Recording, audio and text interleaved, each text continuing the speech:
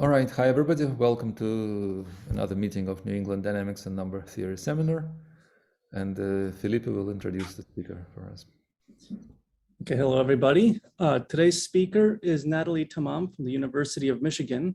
She will be talking about classification of divergence of trajectories. Nattalie, go ahead.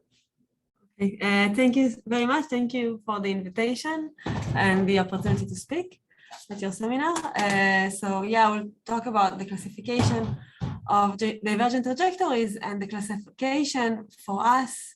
So maybe first, this is a joint work with Omri Solan. And the classification is going to be in terms of whether or not it is an obvious divergent trajectory or a non-obvious divergent trajectory, and whether there exists such trajectories for a given subgroup. And so the first thing I want to do is to define what are obvious divergent trajectories, but the motivation for that is coming from numbering and from the diophantine approximation. So the first thing that I'm actually going to do is discuss the relevant diophantine approximation definition. And then I will discuss Dani correspondence to connect it to the dynamical setting. And then I will be able to define these degenerate type of divergent trajectories. And then I will be able to present the classification and discuss the proof. Okay, so this is the idea. Why is it not working? Okay, so first, Dirichlet theorem. So for any real number and any positive integer q, we know that there exists p and q, some integers that give us a very good approximation of x. Very good approximation means that qx minus p is smaller than 1 over q, and q is bounded between 1 and q. And now we can describe the set of points that for which the Dirichlet theorem can be infinitely improved. And infinitely improved means that for any positive epsilon, we can find some time, some q naught, such that as of this time, as of this q naught, there always exists some p and q, such that, again, qx minus p is smaller than now epsilon over q, and q is bounded between 1 and q. So this means that this approximation we get is actually much better than the Dirichlet theorem tells us it could be. What we can expect for any point. And an interesting thing that happens for numbers, so maybe, of course, both of these can be generalized for higher dimensions, so for vectors and matrices. So we know that there is a version of the Dirichlet theorem for vectors and matrices. And so given a Dirichlet theorem, we can state a definition for singulars in a similar way as those for which this can be infinitely improved. And an interesting thing that happened for numbers is that for numbers, all the singular numbers are rational. So maybe it's easy, hopefully it's easy to see why rational numbers are singulars, because as the approximation, we can just take the number, at least from some point, and so we get a very good approximation, right? The difference will be 0. And so these are a degenerate type of singular numbers, the ones that are just rational. And the approximation is the number itself. But in higher dimension, for vectors, again, matrices, this is no longer the case. So in higher dimension, we now know the Hausdorff dimension of some of these sets, and we know that it's going to be strictly bigger than the dimension of rationals in these spaces. And so we know that there are many more other singular elements that are no longer rational. And we want to make a similar distinguish from a dynamical point of view. So we want to somehow distinguish between the rational ones for which we see that this should hold from a degenerate reason, and the ones that are coming from a non-degenerate reasons that are actually non-rational numbers or maybe non-rational vectors or vectors lying on something that is not a rational hyperspace, and yet still satisfy this nice property that they can be very well approximated by rationals. So now we can discuss about the dynamical interpretation of all of this. And the simplest case is, again, the one-dimensional case. So if X is still a number, and then our space is the space of unimodular lattices that can be presented by SL2 R mod SL2Z. So this is equivalent to the space of unimodular lattices in R2. So unimodular lattice is a discrete subgroup of R2 of co-volume 1. And these can be identified with a determinant 1 matrix multiplied by Z2. And now another two things we want to set are AT, which is this diagonal matrix, and UX, which is this unidiopotent matrix. And for them, we have Dani correspondence, which tells us that X is singular if and only if the trajectory generated by these diverges. Now, the meaning of divergence here is that in order for this trajectory to leave compact sets, it's enough for us to leave compact sets in A. So meaning if we want this trajectory to be outside of a compact set, it's enough to make sure that these T's in the AT are big enough, okay? So we're kind of diverging in all directions. This is kind of what happens here. So kind of this is the one-dimensional case, but if you think about it in higher dimension, you'll be kind of diverging in all directions. But here, by all directions, you don't mean negative direction. Yes, I mean, here I only have one direction because it's just one-dimensional. Yes. But in general, when I will discuss divergence in general, it will mean kind of in all directions. Yes. Yes, here it's just the positive direction. Okay.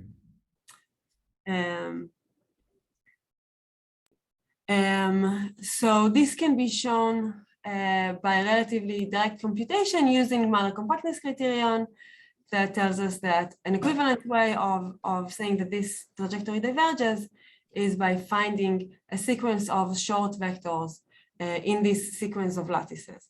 And these short vectors can be represented by taking a vector in Z2 and multiplying our AT-UX by this vector, and this will give us some vector in our sequence of lattices. And if we can find such vectors that kind of shrink to 0, then we know that the orbit diverges. And so Dani's correspondence is actually shown by directly computing this and seeing that taking this VT to be exactly the approximation would give you a short enough vector, short enough that it will kind of shrink to 0 and the orbit will diverge exactly when X is singular. And now given that, we can again kind of go back to what we know about singular numbers and see what would be the meaning in this sense. And because these VTs are given by the approximations, what will happen if the X that we started with was a rational number is that they are all going to be the same vector. So kind of we will keep using the same vector as the approximation. This is exactly what's happening for rational points.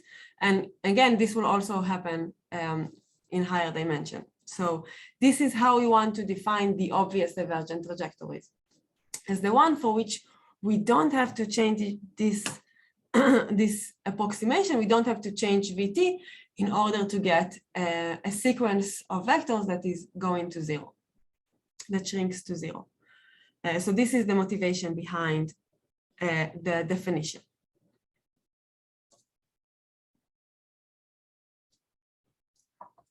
Okay, now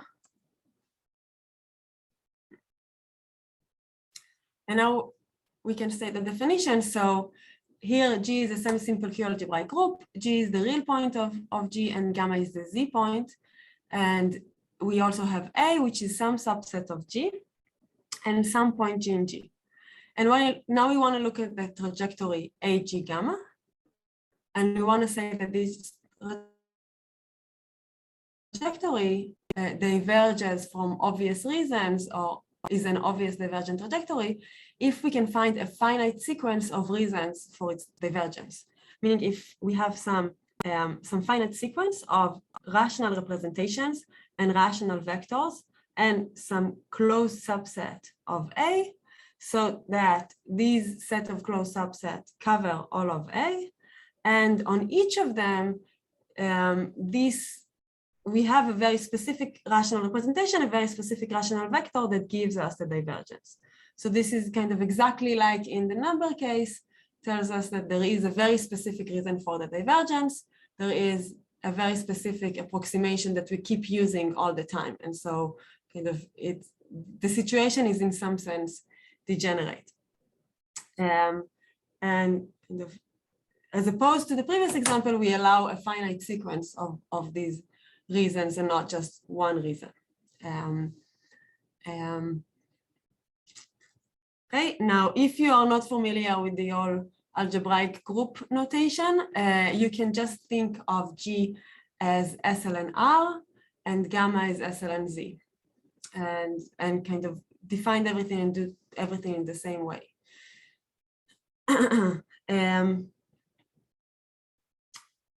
So this definition was made by Barak Weiss. There was a similar definition made before that by Dani in his paper that he showed the Dani correspondence. He called it degenerate divergent trajectories, and he only took into consideration the fundamental representations. So basically for SLN R mod SLN Z, these would be the standard representation and wedge product of the standard representation. So this is just a more restrictive set of representation you take into consideration. And it seems like these two definitions should be equivalent, but it's kind of an open question. Okay, so this is the definition. And next thing we want to do is we want to classify all divergent trajectories. So we want to be able to say, given a diagonal subgroup, when do we have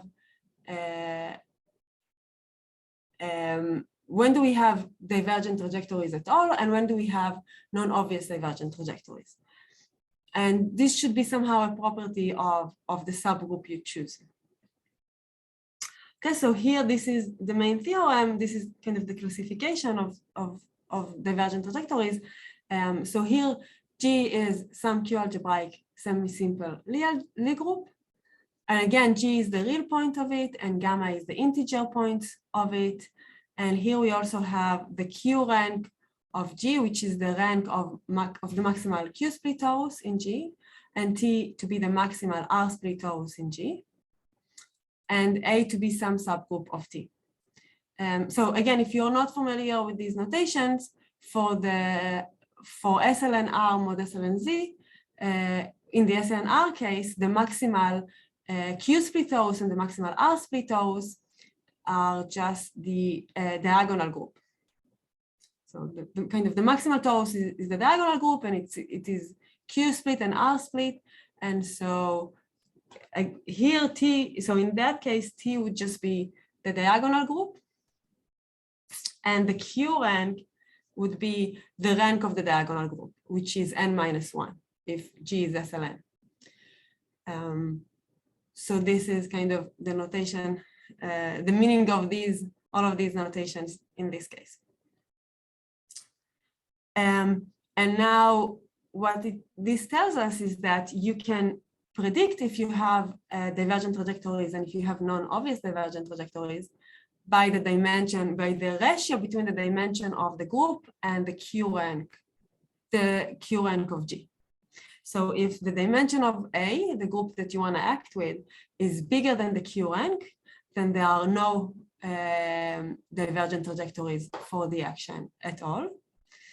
If the dimension is equal to the Q rank, then the only divergent trajectories are the obvious ones. And if the dimension is smaller than the Q rank, then there are non-obvious divergent trajectories. So in the last statement, there is kind of another assumption that G is almost Q simple.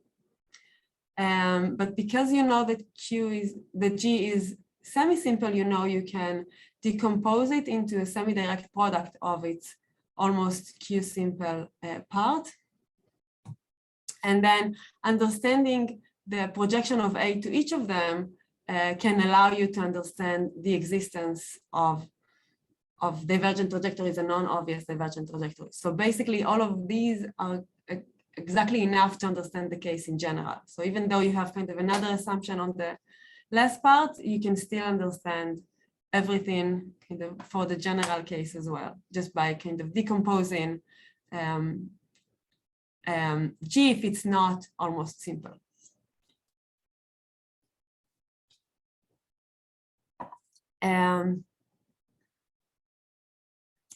Okay, so maybe here you can kind of see the meaning of that we have to kind of diverge in all directions. Because if we kind of, because we want to diverge in all directions, the bigger A is, the more restrictive it is to diverge under the action of A. So if A is very big, it will be kind of harder to diverge under its action. And so this should kind of make sense that if A is smaller, then you have kind of more freedom, and then you have non-obvious divergent trajectories. And if A is too big, then you don't have enough freedom to even have divergent trajectories at all. So because you have to, because the way we define divergence is that you're diverging in all directions, this is kind of a very restrictive property of a group.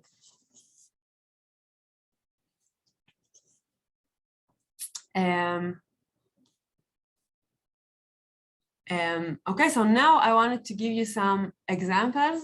Maybe I want to give you some examples to see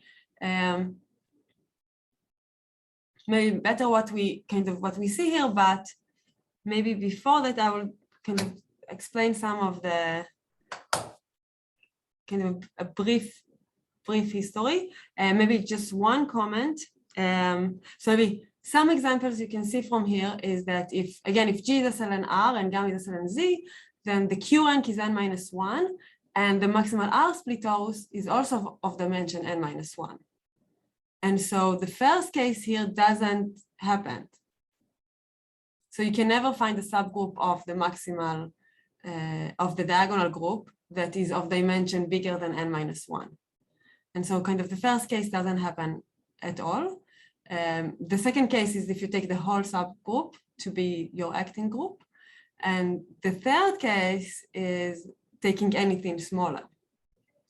So if you kind of compare it with Dani correspondence and what we know about singular vectors, then the one-dimensional case in which there are only rational vectors is exactly kind of the second situation here, where the acting group is one-dimensional, which is exactly equal to the n-1 in SL2R. Kind of for singular numbers, we will take G to be SL2R, and then the Q rank is 1, and the acting group is a one-dimensional subgroup, and so you only see obvious divergent trajectories. You only see rational singular numbers. But in higher dimension, the Dani correspondence will give us that G should be SLN R for n greater or equal to 3. And then the Q rank would be n-1, which is a number greater or equal to 2. And the acting group, if you remember Dani correspondence in kind of the more general setting, is still one-dimensional. And so you're kind of in the third case. And then this tells us that there exist non-obvious divergent trajectories. So these are kind of the cases you see for SLN, and if in kind of in correspondence to the behavior you know about singular numbers and singular vectors. So of course, now we know that there are many more singular vectors than just the rationals, just in terms of house of dimension, but this was probably the first type of such result. Can I ask something?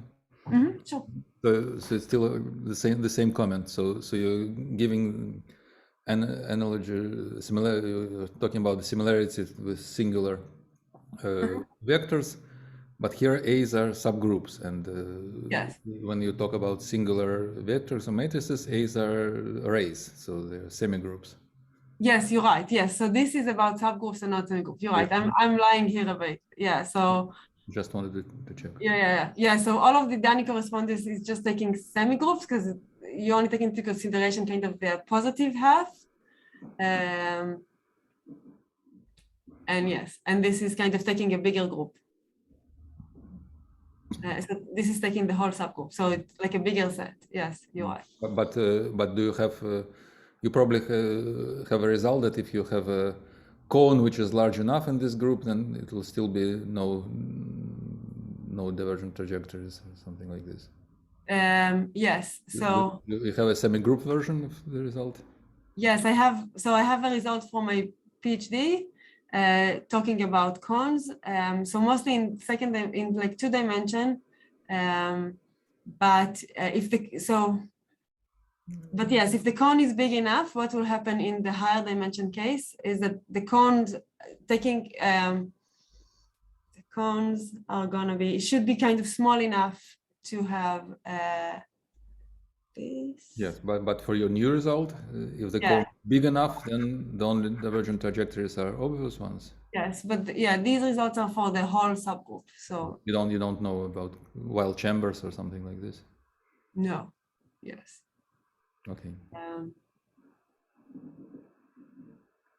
Yeah, I think Barak has examples of cones which diverge. Yes. But they are not big enough. If you make them kind of bigger, maybe it will stop. Yeah, so this is like cone in the relevant dimension. So if you take a cone of the dimension of the cone is equal to the Q rank of the group, then you can kind of make the cone small enough so that there are non-obvious divergent trajectories, or if the cone is too big, then there are only obvious divergent trajectories. So they're kind of like a threshold for cones in the right dimension, kind of. There are some statements about that. Okay. As well, yes, I know. So there are some results of Barak and some results of mine. I'm not sure if there are additional. So I don't know of additional results, but yeah, there are some results for cone. But okay. Thank you. So, but here, the kind of in the third case, the cone is of a smaller dimension than the Q rank. So it actually should be easier to show something like that. I mean, it should be true for because you take a subgroup and then you even take a smaller group of that. You take a cone here, so it should be even less restrictive. So it should be easier to show that there are non-obvious divergent trajectories. Can I ask a question about your definition in the previous slide? In the previous slide, yes, sure. Yeah. What are VIs and VIQs? Yes, so Q so the row I's are Q representations, which mean that kind of they defined an action of G on VI, and the VIs are defined over Q. So there is some Q structure on V. So this set just means that I have some rational structure of this set, and I just want to take rational vectors. I want the VIs to be rational vectors. Okay, thanks. Sure. Are there other questions?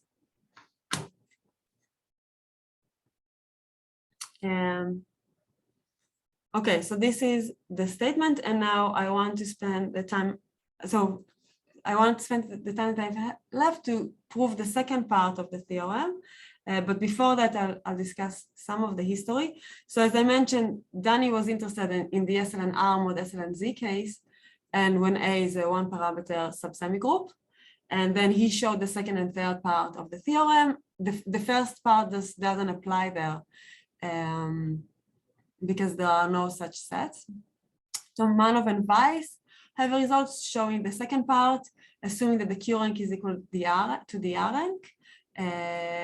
Chatterjee and Maurice have a result showing the first part for assuming that the Q rank is 2, and Weiss showed the third part assuming that G is a ln R, gamma is a ln Z, and A is a subgroup of the diagonal group of a certain form.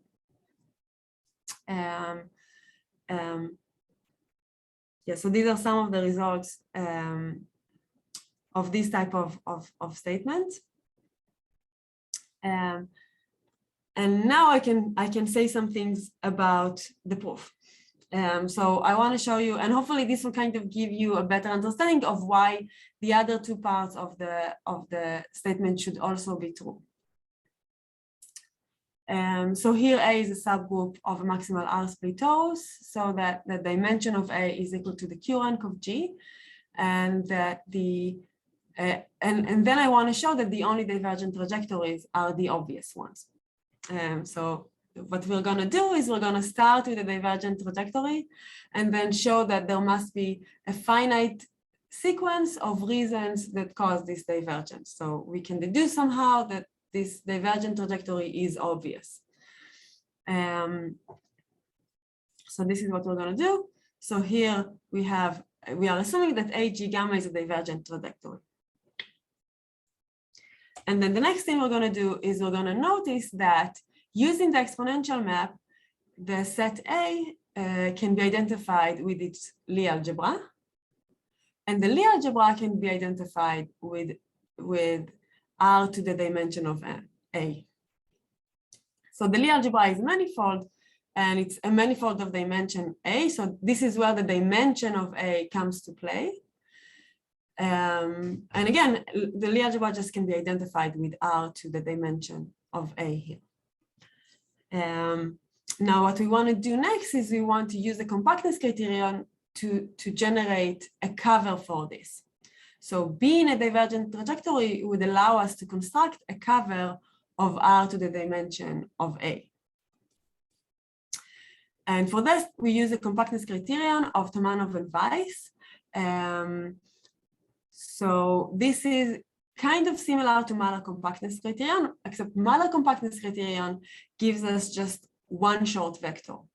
And their compactness criteria tells us that in order to be outside of compact set, in order for our orbit to diverge, for any point kind of in the orbit, we should not only be able to find one short vector under the adjoint representation, we should be able to find a set of short vectors. And this set is a basis to the Lie algebra of a nilpotent radical of a maximal parabolic. So I will give an example in a minute, but the important part about the compactness criterion is that it has some kind of a maximality property. It tells us that we're shrinking a set, and these sets are kind of, we have n types of these sets when n is the Q rank. So if I'm going to denote the Q rank as n, let's do this. Then they tell us that because the number of maximal Q parabolic subgroup of a group is exactly n, we have kind of n types of divergence. Our elements have to shrink one of n types of sets. And now these sets are unique up to conjugation, and if they shrink it well enough, they also it was shown by I think this was shown by Kleinbock and Weiss, that they have to be stable under kind of up to conjugation. So you cannot have two sets that are conjugated that are both being shrinked by the same element. So this gives you some kind of like a maximality property that you have exactly n reasons for divergence. You have to, not only you're shrinking more than one element, you have n types of sets that you have to shrink kind of at least one of them and no more than n of them. So this will give us a cover of the Lie algebra with a covering number of n. And this is kind of where the two values come into play. So the space that we are covering is a manifold of dimension that is equal to the dimension of A, of the group we're acting with. And the cover we have for this space has a covering number that is equal to the Q rank of the group. Because these are exactly the different ways to diverge in G mod gamma. Again, coming from this compactness criterion of Tamam and Weiss, and they use Ziegler sets in order to prove their result. And then one more thing that we're going to use is the result of Kleinbock and Weiss, saying that because these are kind of, so for any, so what we can do is we can kind of cover our space by these sets, and for each set we're going to attach some Lie algebra that we can find a basis for it that we're shrinking, and then we can take kind of the wedge product of such a basis, and this will be also shranked by all of the elements in there. This would actually be shranked by a slightly bigger, potentially bigger set. And I'm specifically doing the kind of outlines of these set with straight lines, because these will be the outline of this set will be defined by some linear functionals. And what happens is because kind of the unilpotent radicals, the Lie algebras of the unilpotent radicals of these maximal parabolic are stabilized by maximal parabolic, these wedge product of such a basis will be stabilized also by these maximal parabolics.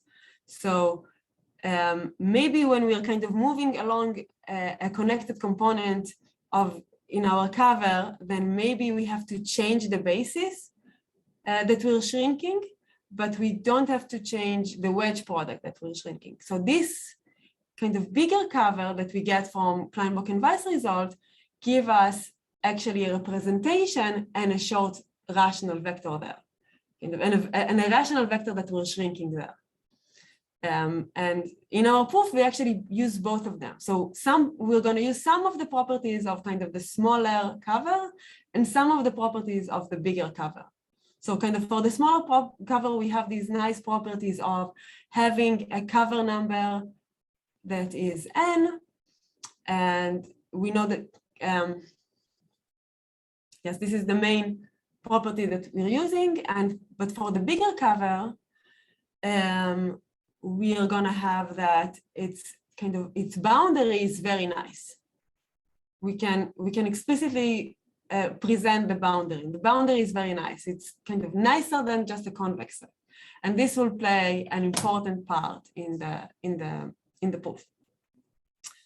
Okay, so maybe let's make more sense of this and look at an example. So in SL3R and SL3Z, if G is SL3R and gamma is SL3Z, then the maximal parabolics are these two sets. And then the unilpotent radical of these maximal parabolic are these two sets. And then the Lie algebra of the nilpotent radicals of the maximal parabolic are these two sets.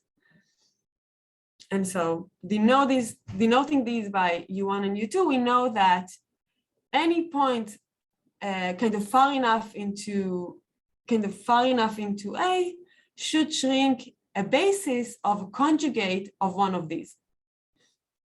So this is what Tamam and Weiss compactness criterion tells us. And so it tells us that we can construct a cover of the Lie algebra of A by shrinking a conjugate of one of these sets. Every element, so if this is our A and here the Q rank is equal to 2, the diagonal group is of dimension 2, then this is going to be our A, and it tells us that after removing some compact set, some neighborhood of the identity, the rest of it we should be able to cover by two types of sets. Either the whole set shrinks kind of a basis of a conjugate of U1, or it shrinks a conjugate of a basis of U2. And we have we have only two types of such sets. So here, kind of in the cover, we only see two of these subsets.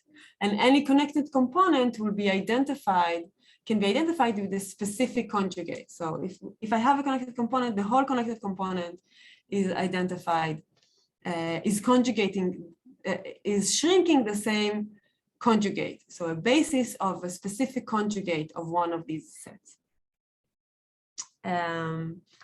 So this gives us a nice cover with covering number now 3, because we also have the compact part, which and also has like relatively nice properties of the connected components of this cover.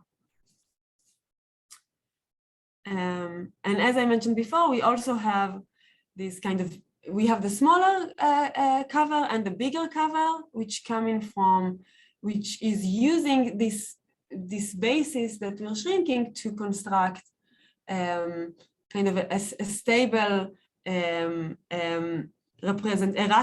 choose a rational representation and a rational vector that is going to be shrinked along the whole connected component. So again, we should be kind of imagine it as having this type of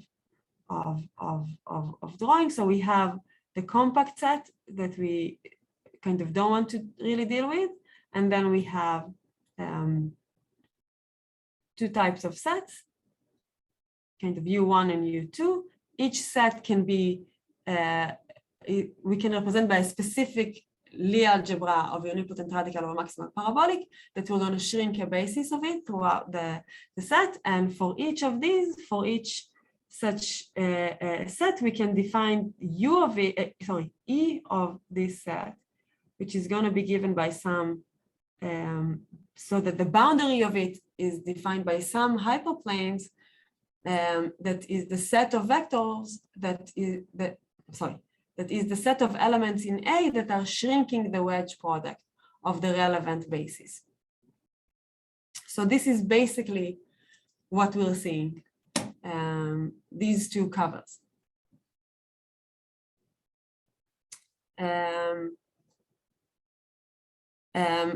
again, the main properties of these two covers is that for the smaller one, we have the covering number, and we have that any connected component is shrinking a basis of the same Lie algebra, and the bigger one has really nice boundary to it. And the really nice boundary to it is not only having these hyperplanes. So basically, because our orbit is divergent, if we have an unbounded element in the cover, its boundary, it's not only going to be hyperplane, it's going to be kind of a rounding hyperplanes. So it's kind of going to get something like that. And this is very useful for us because it tells us that not only this bigger cover is convex, it is also contractible, and it's moreover contractible even after you remove from it arbitrarily big balls. So this sounds like a very strange, maybe, property.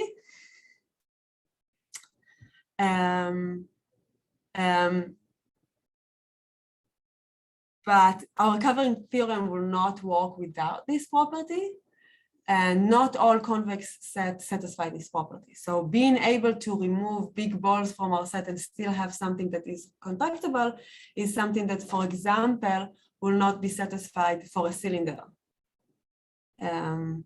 So we know specifically here that our set we're not going to see cylinders in our cover. And this is, again, a very important part of the proof. Otherwise, the covering theorem is not true, so will not hold in this case.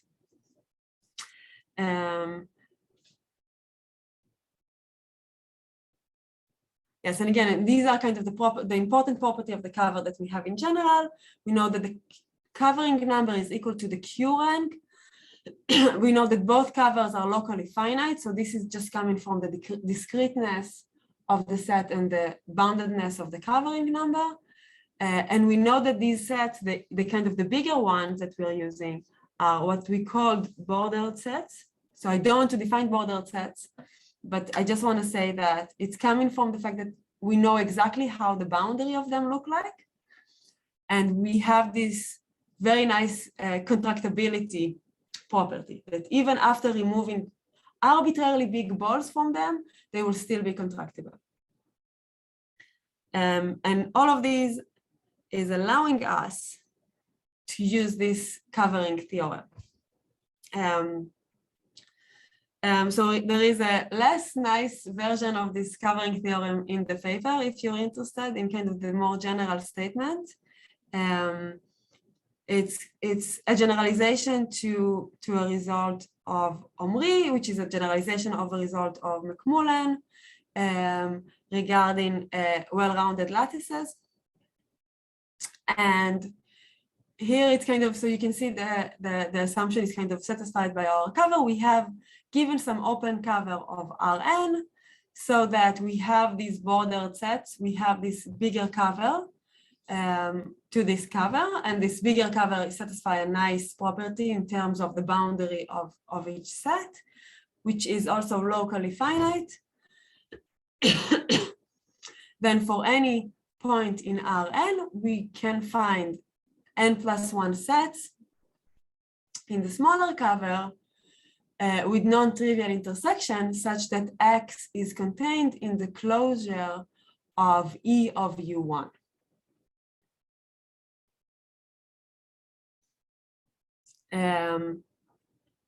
So in terms of kind of motivation behind covering theorem, so what usually happens is that if you have an n-dimensional manifold, then you shouldn't be able. So if you have an n-dimensional manifold and you have a covering number of n, it means that your cover cannot have sets that are too small. So this is kind of a general property, and you can see different type of covering statements saying something like that. And what we say here is that, so here we have a covering number of n+1, but we want to say that we still, if we're far enough from the n+1 intersection, we still shouldn't see too small of sets. So kind of every one of our elements should be somehow able to see an n+1 intersection. This is basically what we're saying. And now from here on, it will be very easy from here on kind of to show that this trajectory will diverge in an obvious way, because now we can kind of go back to our nice picture of the covering. So we're kind of going back to SL3R. We have a covering of the two-dimensional space by two types of sets. We have the U1, U2, and the compact part. And what we're saying is that if you'll give me any point in the space, any point in R2, there should be an n+1 intersection that somehow sees it. And you can only see n+1 intersection because of the covering number of our set around the compact set. The compact set is the only one that can intersect two more other sets. So it means that our element is contained in an E of some U1 when U1 must intersect the compact part. But because we chose it to be an open cover, there are only finitely many sets that are intersecting the compact part. And if A is contained in the closure of EU1, it means that, so we said that each EU would be connected to a rational representation and a rational vector. So we now say that we have some kind of like a finite cover for the whole space, right? There is a finite number of sets that intersect the compact part, and each such set will give us a specific rational representation, a specific rational vector. And now all of the points in our space are going to be shrinking one of these rational vectors under one of these rational representations. So this is basically finishing the proof. And basically these representations coming from the sets that are intersecting this compact set are exactly the list of finite representations and finite rational vectors that we need in order to kind of describe our divergence. And so this is kind of proving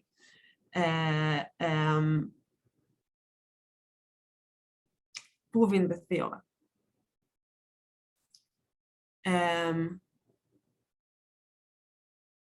So this is again proving that the dimension, if the dimension is the same as the Q rank, then we only have obvious divergent trajectories, showing that if we start with a divergent trajectory, it must be diverging from obvious reasons, because we were able to find kind of this finite list of reasons for the divergence.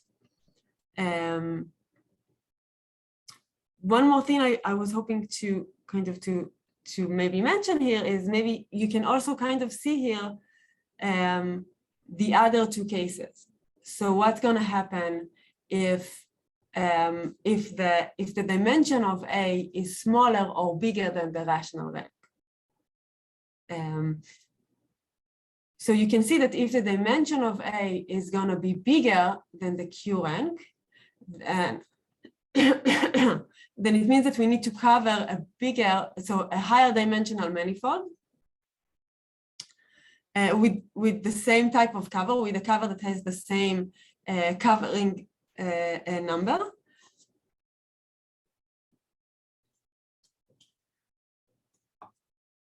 And so this should kind of hint you that this shouldn't be possible. So maybe if the dimension is too big and you're still trying to cover your kind of a bigger dimensional manifold with the same covering number, with the same type of cover, we shouldn't be able to do that. And this should kind of imply why you shouldn't be able to see divergent trajectories at all in that case, because you shouldn't be able to see such a cover. And this could also somehow hint you about why, if the dimension is smaller, then you should be able to have more freedom to generate divergent trajectories that are non-obvious, because it means that now you want to somehow construct a cover to a lower dimensional manifold. And if you have a lower dimensional manifold and your kind of main restriction is that your covering number is n, is the Q rank, then this should be able to be done with kind of infinitely many sets. And so this should kind of give you a hint about why the other two cases should be true. So they are not proven in the same way. So the proofs for them are not as geometrical as here, and they are not proved using covers. But I mean, this should give you some hint about what. Why do these two statements also make sense in terms of kind of how the two things, the dimension of the group and the rational rank, kind of play together. And I guess this is all I had to say today. So thank you for listening. Perhaps we can unmute ourselves and thank our speaker. Thank you. Are there any questions or comments?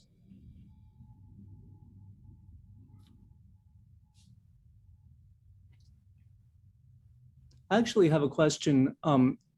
So going back to the Dani correspondence, so I guess in your work, if we're talking about SLNR and the divergent trajectories, I guess the obvious divergent trajectories for the full diagonal, is there enough theoretic significance for the points that somehow diverge? So I guess in terms of Dani correspondence, it's kind of more interesting to take cones. So if you take kind of the positive cone of the whole subgroup, so just like e to the s, e to the t, e to the minus st, with s and t both being positive or non-negative, then it will be, you can say it's exactly the set of points that are singular under Like with or weights? sub-semi-weight. Yes, like So it would be other- points that are singular at the same time with any anyway. weight. Yeah, so it's even stronger, right? So it's not even for any, like you can kind of change the weight as you go, and you still should get something that is smaller than epsilon. Ah, Yes.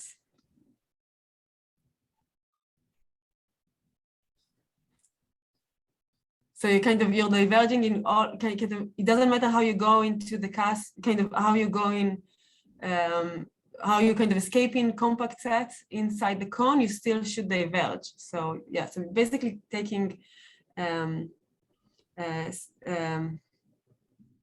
yeah, you can take kind of different weights in your norm, and it should still be singular. and I wonder what is the dimension of the set of such points? Like if, for example, if we're in R2 or something. So in R2, and you'll take in R2, if you take e to the s, e to the t, it should be 1 because it should only be the obvious ones. This is the result of Barak. Yes, but then you can say if you go to like 3 to R3, and then you're taking something like that, like two-dimensional thing. So you know that there should be non-obvious such things. But I don't think that there are any like halves of dimension results for anything that is like diverging under a bigger dimensional group than. See. Yes. But yeah, I think it would be an interesting question to ask, but I don't know.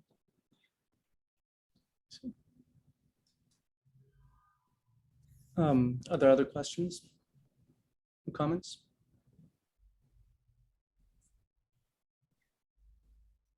So there is you mentioned this difference between obvious and degenerate, which always puzzled me. So there are nothing is known even for small dimensions.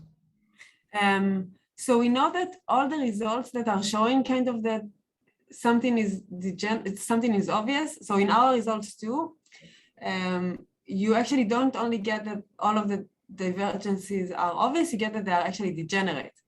And this you can see in Barak's results too, that because we're using these covering this compactness criterion, the actually cover we get is coming from like wedge product of the joint representation, which will actually correspond to exactly what Dani was expecting them to come from.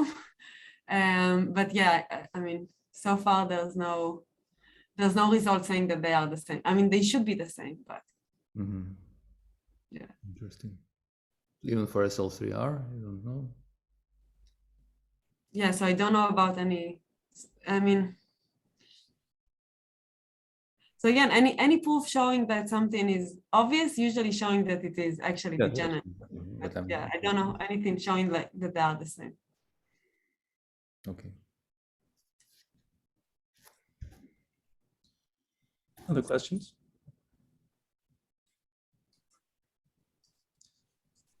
Well, if not, why don't we thank Nattalie again? Thank you very much.